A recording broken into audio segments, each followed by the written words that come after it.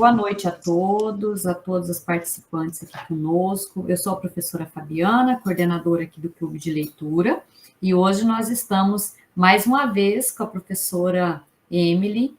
A professora Emily já contribuiu conosco em uma live, que a gente bateu um papo sobre o método 300.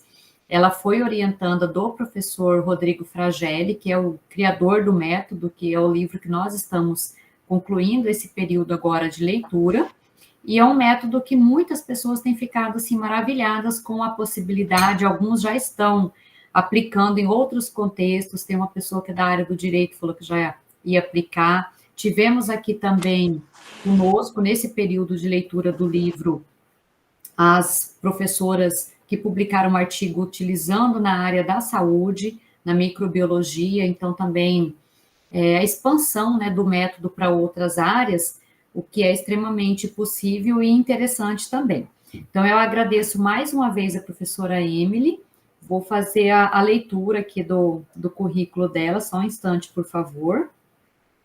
E para quem não puder, de repente, ficar conosco o período todo, nós estaremos disponibilizando, como sempre, a gravação. Então, a professora Emily Rodrigues Pedregal,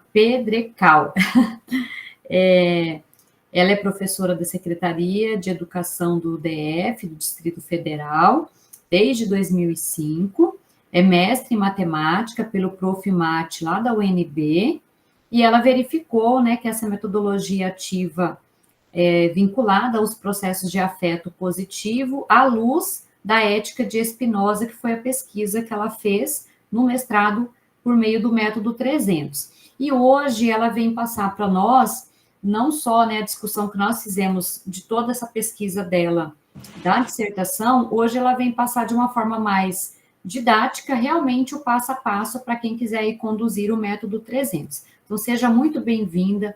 Minha gratidão, professora, porque eu sei da nossa correria, aí pedi para a Neuzabeth intermediando aí o contato. Obrigada também, Neuzabeth, que a Neuzabeth é membro da comissão e organizadora do nosso clube.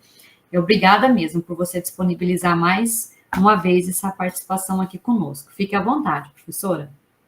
Boa noite a todos e todas. É um prazer estar aqui novamente falando sobre o método 300. Quero agradecer a Fabiana e a Neuzabeth pelo convite, e agradecer ao pessoal do Clube de Leitura também.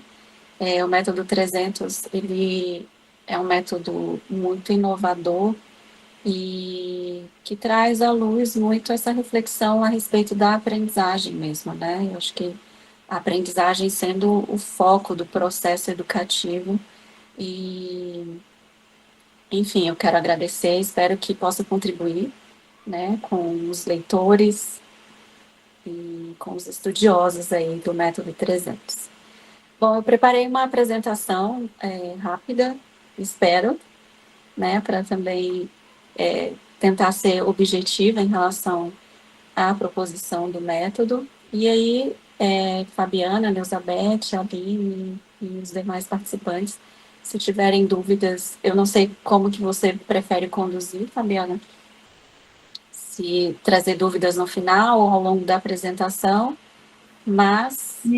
eu acho que se alguém quiser levantar a mão, né, as meninas que estão aqui conosco, não sei se vocês já participaram em outros momentos, da Aline e a Caroline, então vamos fazer assim, como nós estamos num grupo menor, eu acho que vocês podem, de repente, se tiver dúvida naquele passo, já levantar a mão aqui e fazer as intervenções e a gente vai.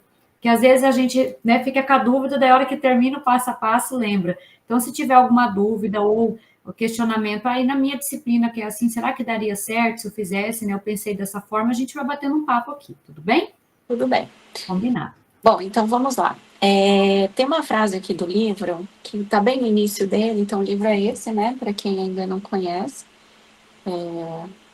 Hoje o Fragelli, ele traz muito a nomenclatura metodologia ativa, método 300.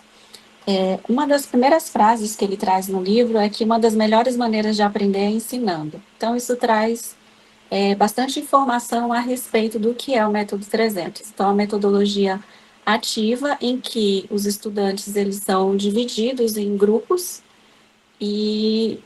alguns estudantes vão orientando, colaborando com a aprendizagem de outros. Mas não é um mero reagrupamento, né? Existem alguns critérios que fazem esse método ter o resultado que tem.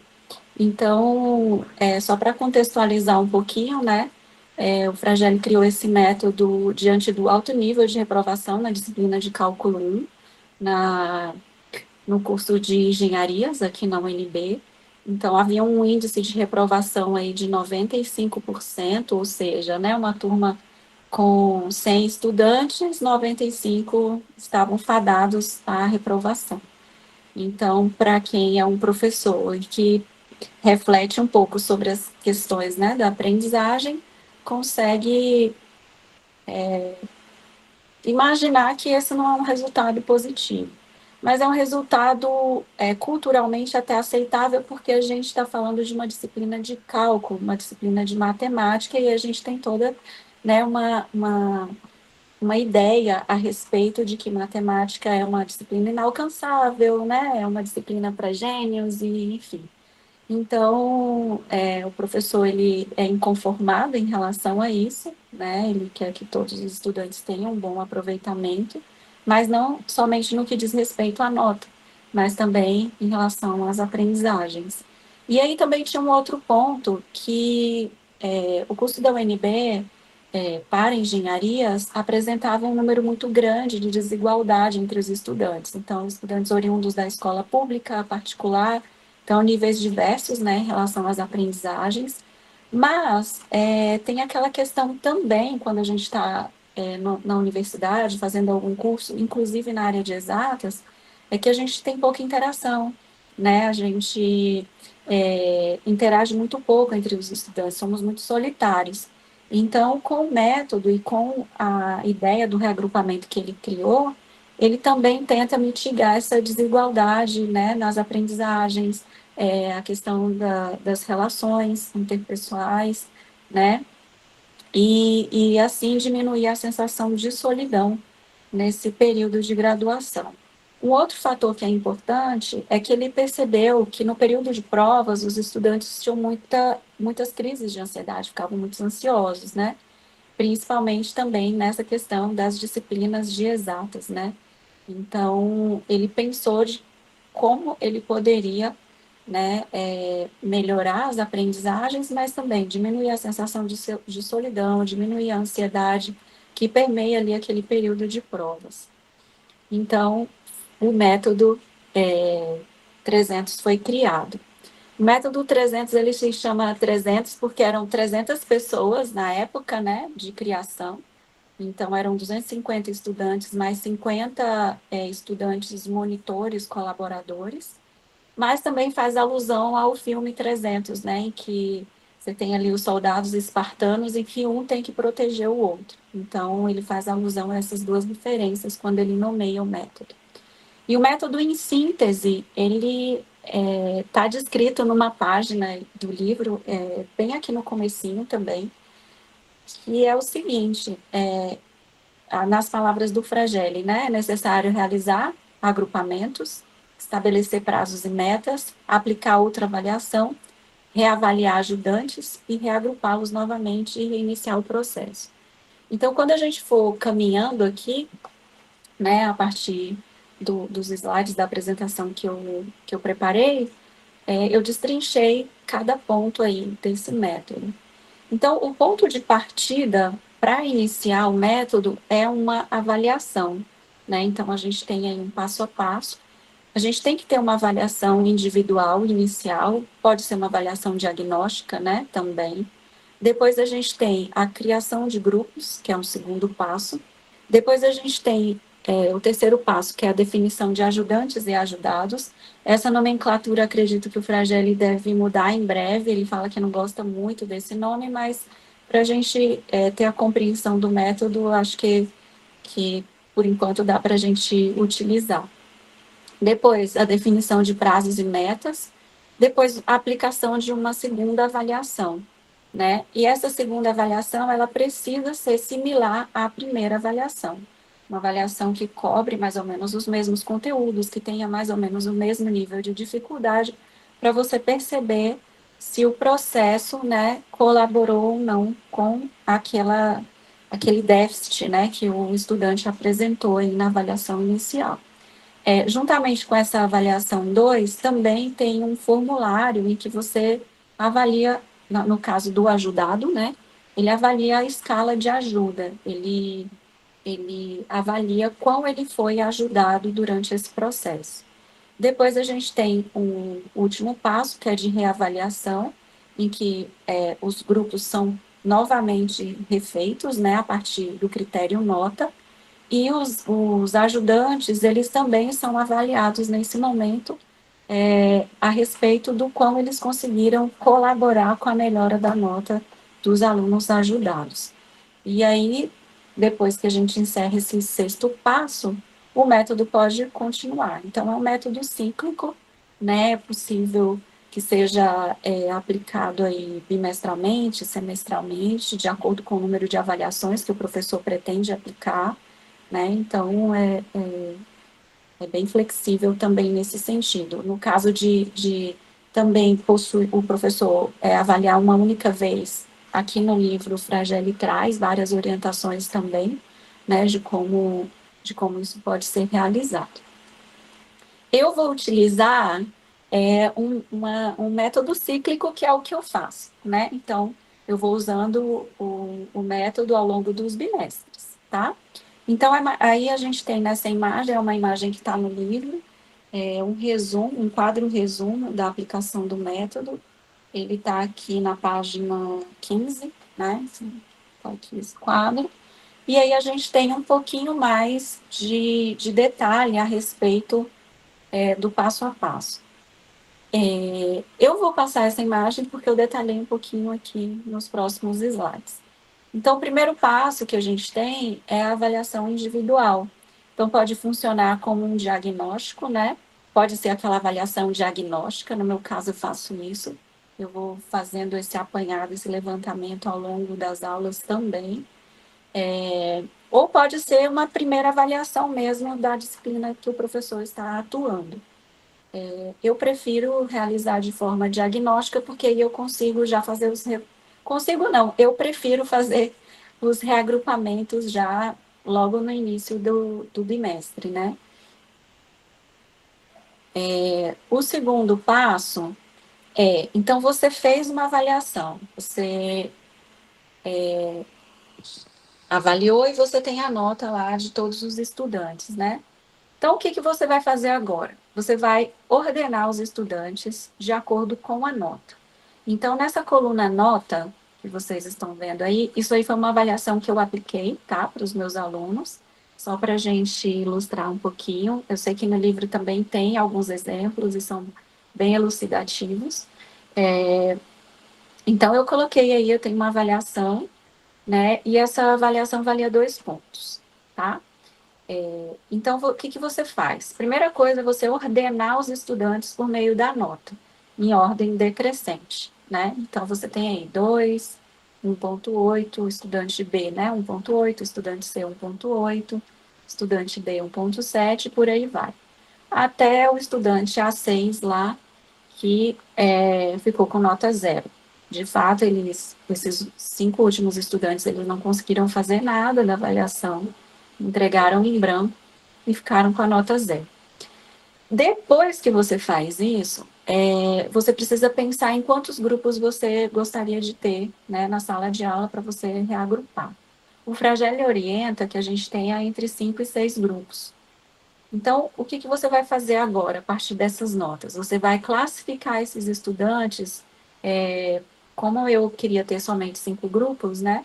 Então, eu ordenei aí, classifiquei as notas de 1 a 5. De maneira que os primeiros 5 estudantes são ordenados de ordem crescente, na ordem crescente. Então, tá aí, o estudante A, ele fica com o número 1, o estudante B, o número 2, estudante C, número 3, estudante D, número 4, o estudante E, número 5. Então, em ordem crescente, você vai fazer isso apenas uma vez, e com os demais estudantes, você vai numerar novamente, só que em ordem decrescente, de 5 a 1, até você finalizar a sua lista de estudantes. Então, a gente tem aí estudante F é o número 5, o G 4, o H é 3, o J 1, o K de novo 5, e por aí vai até exaurir a lista aí de estudantes. O que acontece agora? Todos os estudantes que estão com o número 1, eles vão compor um grupo, né? Então, todos os estudantes que estão com o número 2 compõem um segundo grupo e assim por diante. Então, de maneira que no grupo 1 a gente tem o estudante A, o estudante J, o estudante O, o estudante T, o A1 e o A6, certo?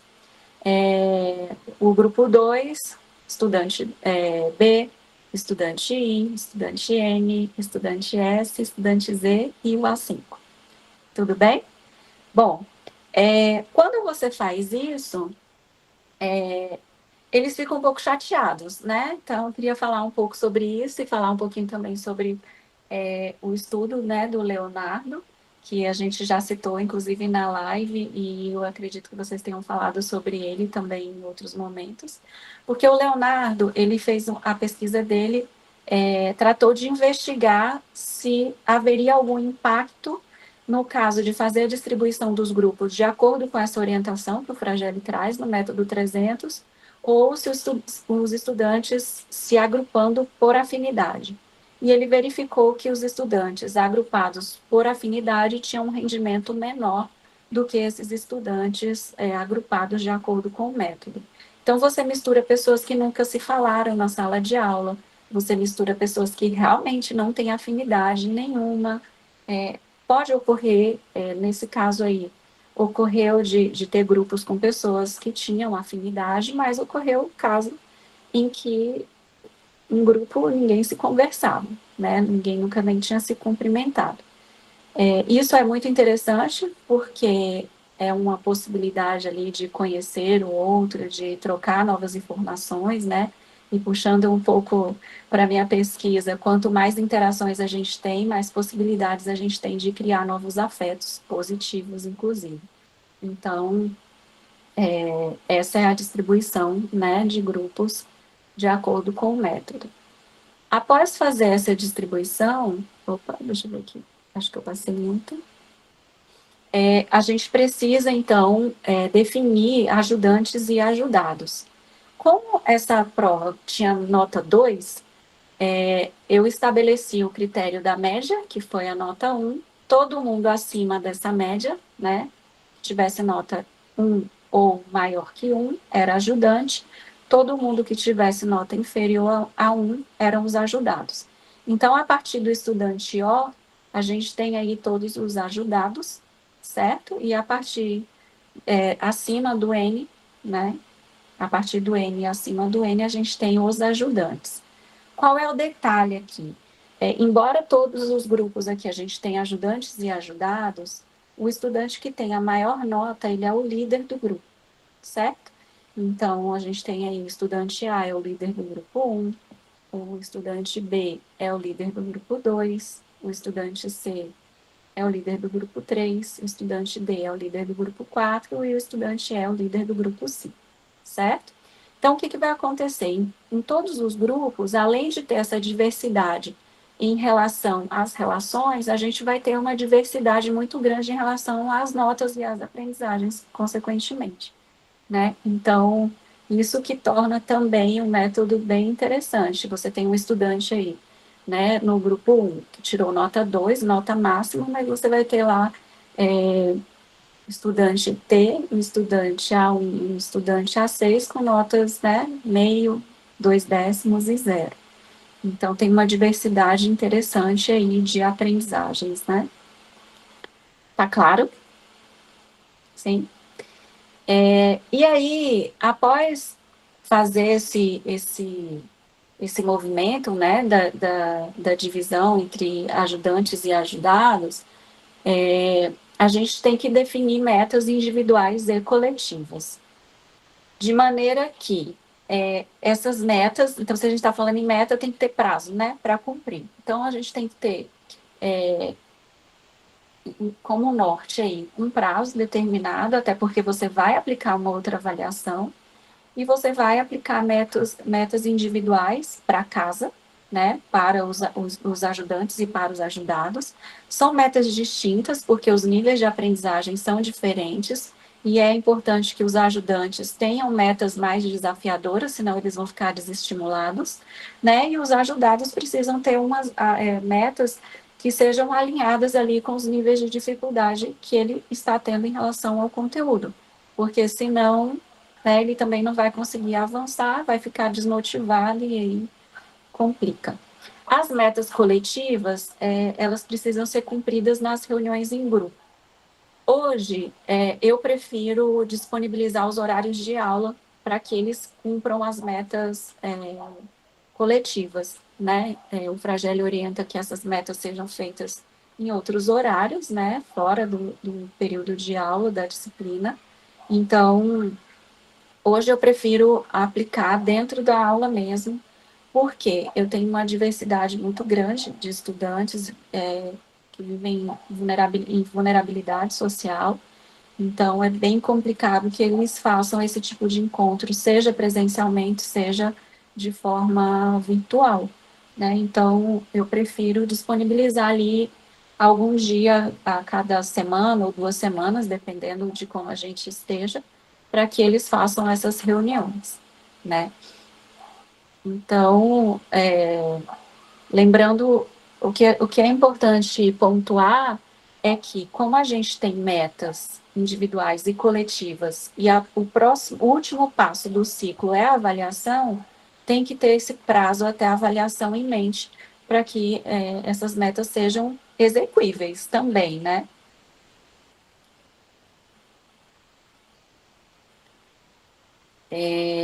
E aí, o quinto passo.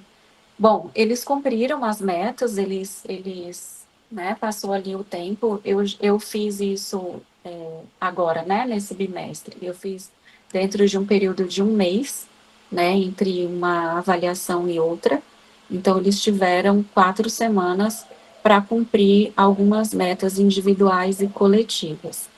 Fracassamos em algumas e tivemos êxito em outras. Pode perguntar, Fabiana. Quando você coloca lá para casa, né? Essas metas elas são distintas, então elas são diferentes para quem é ajudado e para quem é ajudante. Isso. Isso porque o nível de complexidade, então, fica maior, né, para quem é ajudante e para quem é ajudado, uma complexidade um pouco menor. Seria nesse cenário. Tá. Exatamente. Por exemplo, eu sou professora de matemática, hoje eu trabalho com o terceiro ano terceira série do ensino médio, né? Embora estejamos finalizando o ensino médio, o que eu percebo? O conteúdo atual não é um problema. O problema são conteúdos anteriores. Então, os estudantes têm uma dificuldade enorme em realizar operações com números inteiros. Então, aquilo ali, -2, -5, acabou.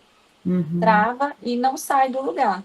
Então, ele pode até compreender, ele ou ela, né, pode até compreender o conteúdo atual, que trata de geometria analítica, mas cálculos básicos eles não conseguem realizar.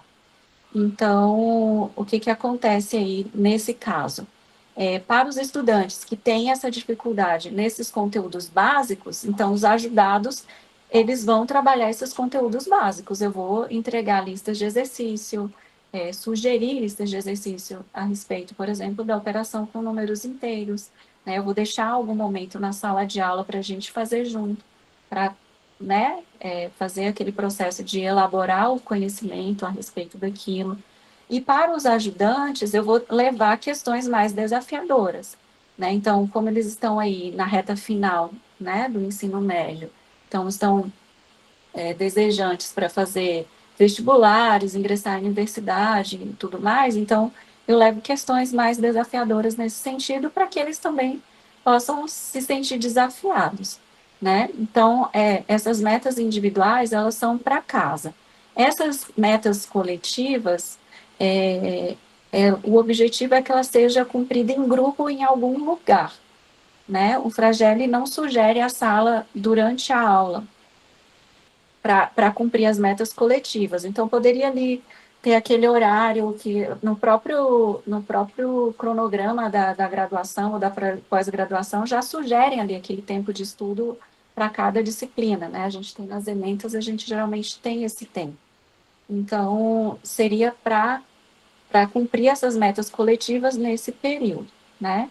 Mais em grupo. Então, no caso aqui, vamos voltar aqui, por exemplo, a gente teria o grupo 1, então o estudante A, J, O, T, A1 e A6 se reuniriam para tentar desenvolver essa meta coletiva, né? Que basicamente é em relação à ajuda mesmo. O estudante aqui, os estudantes que estão acima da média, eles vão fazer esse papel de monitor, de orientar, de colaborar, né, com a aprendizagem desses outros que estão em maior defasagem. Aí, por exemplo, nessa reunião do grupo, né, você falou que utiliza um período da sala de aula também. Acho que isso que é importante a gente destacar, porque tem situações, principalmente se a gente pensar no ensino médio no período noturno, muito provavelmente a maioria trabalha durante o dia e vai ter compromissos familiares final de semana, então não tem essa possibilidade dessa reunião, né? Então, é só para destacar para quem entrou aqui depois, que é reservado, você faz, né, essa possibilidade, porque o livro fala, deixa um horário, porque está no contexto do ensino superior, e existem essas janelas para estudo, individual ou em grupo, né, mas que no contexto da educação básica, muitas vezes, o único momento que eles têm para se reunirem é o encontro ali na própria escola, né? Sim, perfeito. Até, inclusive, para estudantes, né, do fundamental, eu acredito que também seja uma boa alternativa. Às vezes a gente fica naquele sofrimento, pensando em vencer conteúdo, mas a gente não vence conteúdo se a gente tem deficiências, né, que não colaboram com esse progresso. Então, eu acho que vale muito mais a pena perder, entre aspas, né, porque eu não acho que é uma perda, esses momentos de aula, porque a gente vai percebendo que o engajamento deles aumenta muito, né? Eles ficam mais motivados, e é curioso como isso acontece num período muito curto de tempo. Então, esse tempo perdido inicial, fatalmente será, né? A gente terá muitos benefícios, né? Lá no futuro próximo. Então, depois que essas metas, né, são cumpridas, a gente tem aí a aplicação de uma nova avaliação para os ajudados. Então, somente os alunos ajudados vão fazer essa nova avaliação. É uma avaliação mais difícil? Não. É uma avaliação que tenha o mesmo nível de dificuldade da primeira avaliação, com o mesmo conteúdo, né, de preferência não, com o mesmo conteúdo, né, para que eles possam perceber, inclusive, os avanços, né. Nesse mesmo dia em que os ajudados fazem a segunda avaliação, eles também, eles respondem a essa ficha, que também está no livro, né, é uma ficha, está aqui na página 12, que é o questionário de autoavaliação da ajuda. Desculpa, na página 13, questionário de avaliação da ajuda. Né? Então, ele vai colocar o nome do ajudante e vai dizer se aquela pessoa, quão aquela pessoa colaborou nessa escala, né, de 1 a 5. Então, no caso aqui, que a gente tem 2 ajudantes, nesse meu exemplo que eu coloquei, então a gente tem aí o ajudante A e o ajudante J, no caso do grupo 1. Então, os estudantes O, T, A1 e A6 vão avaliar, né, esses 2 ajudantes. Vão dizer para cada um se o A e o J ajudou nada, ajudou pouco, ajudou razoavelmente, ajudou bastante, ajudou muito. Né? Então, é uma ficha completamente subjetiva, né? E, enfim, e é curioso porque, assim, pode ser que o estudante A ajude bastante o estudante A1, mas não consiga colaborar tanto com o estudante T. É natural também, né, que isso ocorra. Depende da dificuldade, depende também de como é o processo que o estudante T aprende, né, quais as dificuldades que ele carrega. Então, Esse questionário, ele também é subjetivo, os estudantes não vão preencher igualmente, né, em relação aos ajudantes. Então, só para retomar, nesse ponto 5, a gente tem a nova avaliação e o questionário da ajuda, né? Aqui está adaptado esse questionário, né, que tem o nome só do estudante e a turma, que é o que eu uso. Aqui no do Fragelli, ele usa, né, o nome nessa terceira linha, né? Nome, matrícula e grupo. O grupo o qual o estudante faz parte. Deixa eu passar aqui. E aí a gente tem o sexto passo, que é a reavaliação de ajudantes e ajudados. A reavaliação dos ajudados, ela vai ocorrer basicamente em relação às novas avaliações, né? Então, a gente vai fazer novamente o levantamento das notas, né? Colocar de novo em ordem crescente e perceber se o estudante avançou ou não, né? Naquele conteúdo. Em relação aos ajudantes, a gente tem dois pontos a serem avaliados, que é com base no nível de ajuda, né, e no nível de melhora dos estudantes. Então, o Fragelli, ele criou uma tabela, que está aqui na página 14, em que ele coloca, né, eu coloquei essa tabela aqui também, mas na página 14 a gente tem essa tabela que trata do nível de melhora dos ajudados. E aí, a partir desse nível de melhora, você também vai aumentar a nota dos estudantes ajudantes. Né? Então, no final, todo mundo ganha, né? É um ganha-ganha aqui. E aqui também, só para frisar, né, a gente tem a autoavaliação dos ajudantes. Então, aqui no caso da tabela que eu coloquei, com a avaliação dos meus estudantes, então a gente tem aí o estudante A e o estudante J, vão listar aqui nessa tabela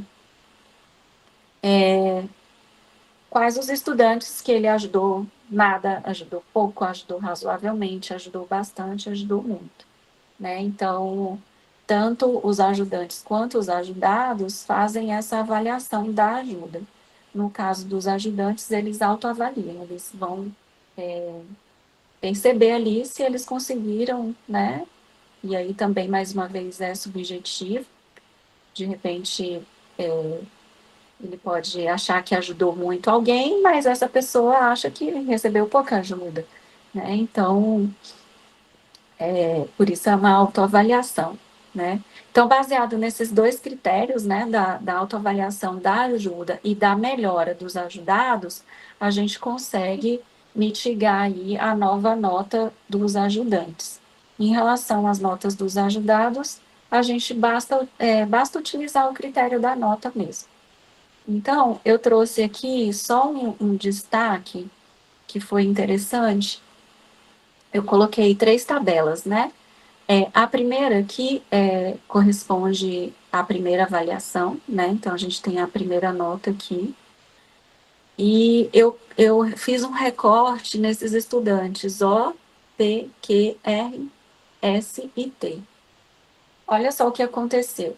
O estudante O, ele estava no grupo 1, ele saiu de 0,9 para 2. Então, era um teste, novamente, que valia 2 pontos, né? E ele teve um rendimento de mais de 100% em relação à primeira prova. O estudante P, ele teve uma nota inferior, mas foi um estudante que faltou muito ao longo do período, teve de atestado, inclusive. O estudante Q não fez a avaliação. O estudante R também teve uma melhora muito boa, né? Então, alcançou a nota máxima aí da avaliação. Estudante S e o estudante T, estudante S ficou com a mesma nota e o estudante T teve um acréscimo aí muito pequeno. Mas, de modo geral, em relação a essa turma, os avanços foram bem significativos, né? Mas eu quis frisar só esses daqui, porque tinha esse recorte, né? Deles alcançarem essa nota máxima. Então, eles conseguiram aproveitar bastante, né, o período ali dos reagrupamentos na sala de aula, e ficaram bem motivados, de forma que eles alcançaram, né, a nota máxima, estão felicíssimos por causa disso. E o que acontece agora? Quando a gente fizer a reorganização das notas, né, de novo por ordem decrescente, o que vai acontecer com esse estudante O e com o estudante R? Eles serão ajudantes, né, no próximo grupo.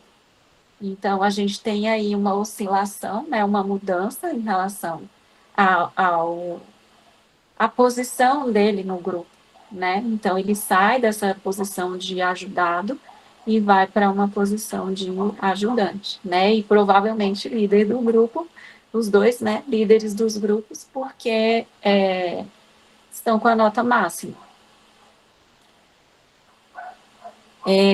Aqui, essa fala do Fragelle, ela está situada bem na página, deixa eu achar aqui, é quando ele traz os, não, é um pouquinho antes dos exemplos. Eu vou procurar a página, mas o que acontece? Esse ponto é importante para a gente ter como parâmetro essa questão aqui em relação à melhora dos ajudados, tá? Então, por exemplo, eu dei uma prova, né, valendo 2 pontos. A média dessa prova é 1, certo? Então, a nota 1 é a média, certo? O N1 aqui é a média, e o N2 é a nota máxima. Então, ele traz esses 2 parâmetros para a gente perceber a melhora desses estudantes, né, que foram ajudados, e a gente conseguir fazer uma associação para atribuir nota para o ajudante. Então, o que acontece aqui? Ó, os valores de N1 e N2 são notas, tá? São notas. Dependem das características de cada curso. Então, o professor, ele vai decidir qual é essa nota 1 e qual é essa nota 2, né? O que ele sugere? Que o N1 seja o valor utilizado para definir ajudantes e ajudados. Ou seja, no caso aqui da minha aplicação, da minha prova, o que seria a N1? A nota 1, que foi a média dessa prova e foi o critério que eu utilizei para definir quem era ajudante e quem era ajudado, certo? O N2 poderia ser 1,5, certo? Então, eu posso pensar aqui em qual avanço que eu imagino que meus estudantes podem ter a partir da segunda aplicação da avaliação, né? Então, se você pensar numa média 5, por exemplo, um curso, né? Uma disciplina, ou, enfim, que tem a média 5, por exemplo, você pode pensar que essa nota 5 é a sua N1, é a sua nota 1, é uma nota base, e você pode pensar, então, projetar essa N2 para uma nota 7, né? Em que a nota máxima ali é 10. Então, você vai pensar, o estudante, nós temos aqui, no meu exemplo, nós temos aqui 1, 2, 3, 4, 5, 6, 7, 8, 9, 10, 11, 12, 13, 14, 16 estudantes que estão abaixo da média. Então, bom, eu tenho 16 estudantes que estão abaixo da média. Qual seria uma nota razoável aí para eles alcançarem após esse período de reagrupamento e tendo a possibilidade, a oportunidade de fazer novamente essa avaliação, né? Então, eu posso pensar aqui numa N2 sendo 1,5, por exemplo, né? No caso de uma disciplina aí que tem média 5, a gente pode pensar a N1 sendo 5 e a nota 2 sendo 7. Ou um curso que tem a média 6, a gente pode pensar a N1 sendo 6, né, e a N2, 8, né? Então, isso vai variar de acordo com a realidade, né, do professor, de acordo com as avaliações e critérios que ele utiliza ali para avaliar. E aí, o que vai acontecer a partir disso? Para cada ajudante, a gente vai ter que fazer uma análise, né, de cada colega ajudado por ele. Eu vou colocar a outra tabela que tem aqui no livro, e aí a gente vai conseguir perceber um pouco melhor como que isso acontece. Por quê? só para retomar, esse critério de N1 e N2, que vai dizer respeito à melhora do estudante ajudado, é o que vai influenciar também na nota do estudante ajudante, né? Então, ao fazer isso, cada ajudante terá vários aumentos. Então, por exemplo, o estudante, vamos supor aqui, olha só, vamos pegar esse grupo 1, que está aqui em vermelho, o estudante O, ele saiu de 0,9 para 2. Então, ele teve um nível de melhora muito grande se a gente comparar ao estudante T, por exemplo, que saiu de 0,5 para 0,6, né? Então, vamos supor que a pessoa, o ajudante que está sendo avaliado é o estudante A, né? Então, a gente tem aqui o estudante A, ele foi ajudante aqui para o estudante O e foi ajudante para o estudante T, né? Então, a gente tem melhoras distintas, né? Mas, como alguém falou aí, ambos, né, ganharam. Então, a gente tem aí um critério para mensurar essa ajuda, né, que é distinta para duas pessoas diferentes. E aí, o que o Fragelli propõe, então? A gente tem aqui os níveis de ajuda, conforme essa tabela que está aqui, né, da avaliação da ajuda, né? Então, está aqui, certo? Então, a gente tem os níveis de ajuda e a gente tem o critério melhora da nota. Então, a gente vai pegar esses dois índices, né, e vai fazer um cruzamento das informações para definir, então, qual vai ser o aumento da nota do aluno ajudante. Então, se você tem uma melhora de 0 a 1, você tem aqui, se o nível de ajuda foi 1, então ele vai receber 0 de aumento da nota. Se o nível de ajuda for 2, ele vai receber 0,5. Nota melhora maior que 1 para uma nota final inferior a N1. Então, no meu caso ali, que a nota era 1 ponto, né? O estudante que ficou com 0,6, ele vai entrar aqui nessa linha, né? Então, dependendo do nível de ajuda que ele recebeu, o estudante ajudante vai receber uma dessas pontuações. No caso ali do estudante, né, que saiu de 0,9 para 2, dependendo do nível de ajuda que ele obteve, o ajudante vai receber entre 0 e 1,5. Então, são vários estudantes que participarão, né, desse cruzamento de informações, de forma que um ajudante, ele vai ter várias notas distintas. Então, pode ser que para um ajudante ele tenha 0,25, para outro ele tenha meio, para outro ele tenha 1 ponto. Qual nota você vai escolher para dar essa melhora, né, esse aumento de nota para o estudante? 0,5, meio ou 1 ponto? O Fragelli sugere fazer uma média entre essas 3 notas, né? Você pode utilizar esse critério, ou você pode atribuir a maior nota. Mas ele faz um alerta também.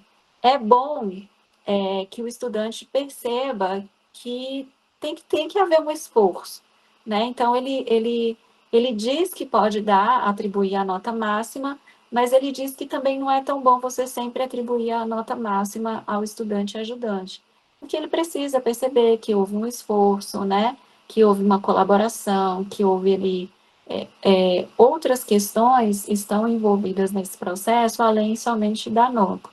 Então, o professor, né, vai perceber aí qual é a melhor forma de pontuar, se é usando o critério da média, né, entre os níveis aqui que você encontrar dentro dessa tabela, ou atribuindo a maior nota.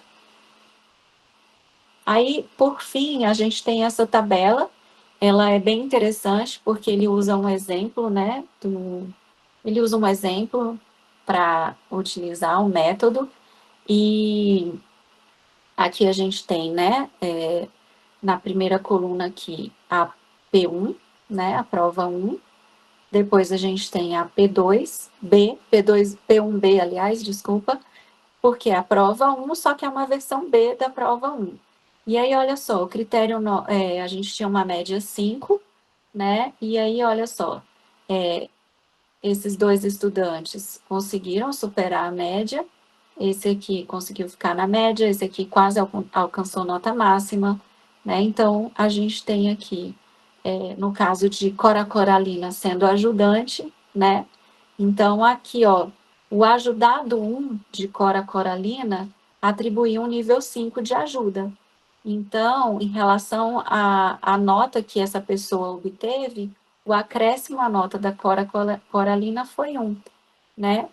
Só que Cora Coralina já estava com 9,7, então provavelmente o limite é 10, não teria como atribuir uma nota, né, superior a 10. Então, ficou aqui com média 10.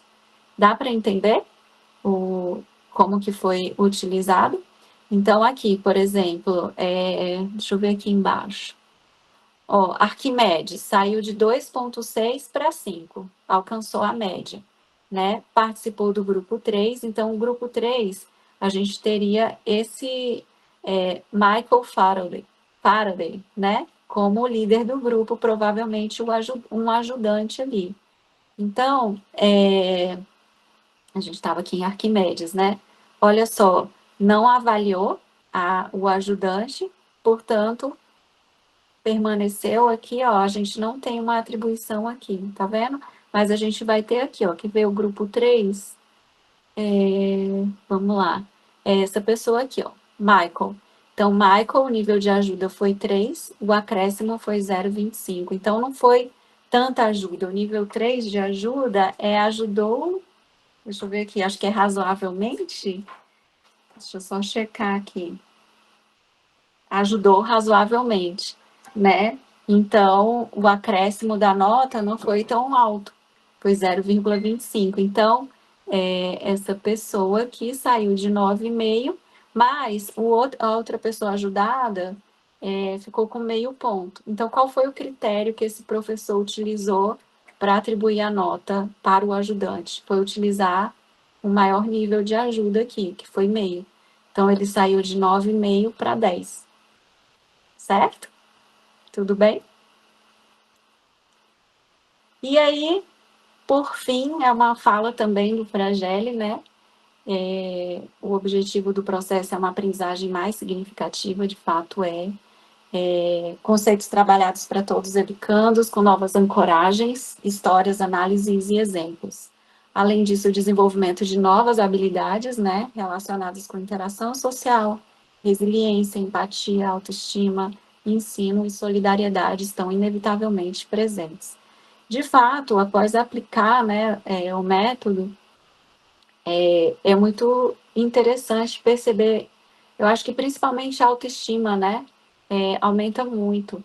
No meu caso, como professora de matemática, eles começam a se sentir mesmo mais empoderados, né, eles se sentem mais autônomos, eles se sentem mais protagonistas.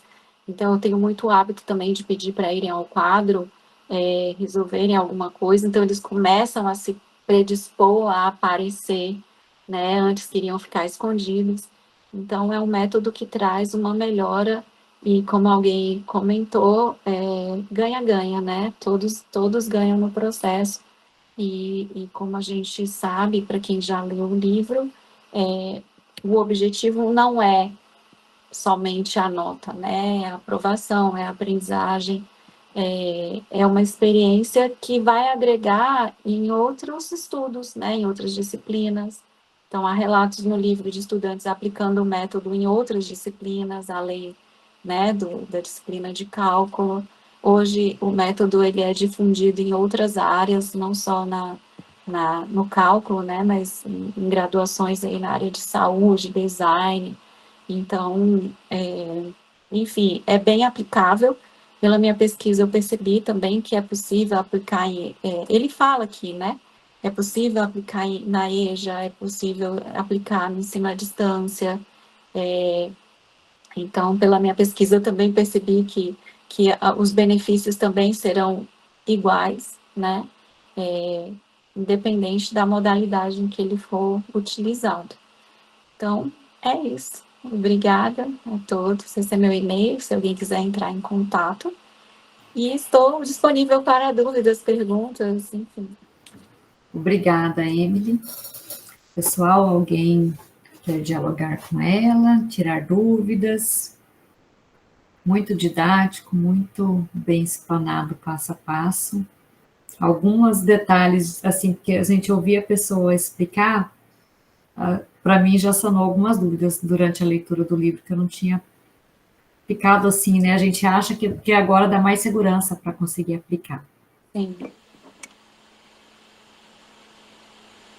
Pessoal, alguém gostaria de conversar, tirar dúvida? O Regis colocou muito bom mesmo, parabéns pelo trabalho. Obrigada, Regis.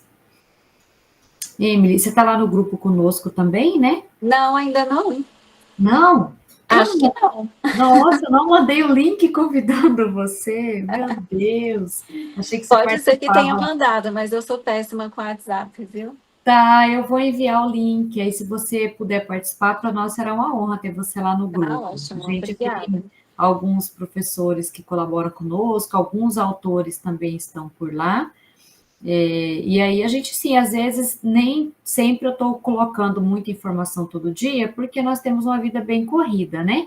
Mas no Instagram do clube a gente tem postado diariamente uma mensagem das datas comemorativas, e lá, quando surgem cursos, ou vai ter algum evento, o pessoal vai compartilhando. Então, nós nos tornamos, ao longo do tempo também, uma rede de apoio pedagógico. Às vezes alguém precisa de alguma coisa e pergunta, então não necessariamente, não fica com discussões paralelas que não sejam do ensino, mas também tem possibilidade de nos atualizarmos e conhecermos outras possibilidades por meio do clube também. Tá bom? Excelente, tá ótimo. Muito obrigada, Emily. Um abraço. Obrigada. Quando for a Brasília, mando mensagem. Se Deus quiser, quero conhecê-la pessoalmente, tá? E Vamos. realmente, assim, você fala do afeto positivo, a gente já adquire um afeto mesmo nesse momento à distância, o quanto é importante ter você aqui com a gente, tá bom? Muito obrigada mesmo. Ótimo, obrigada pelo convite. Uma ótima noite a todos. Obrigada. Tchau, tchau. Boa noite. Obrigada a todos pela participação aqui conosco.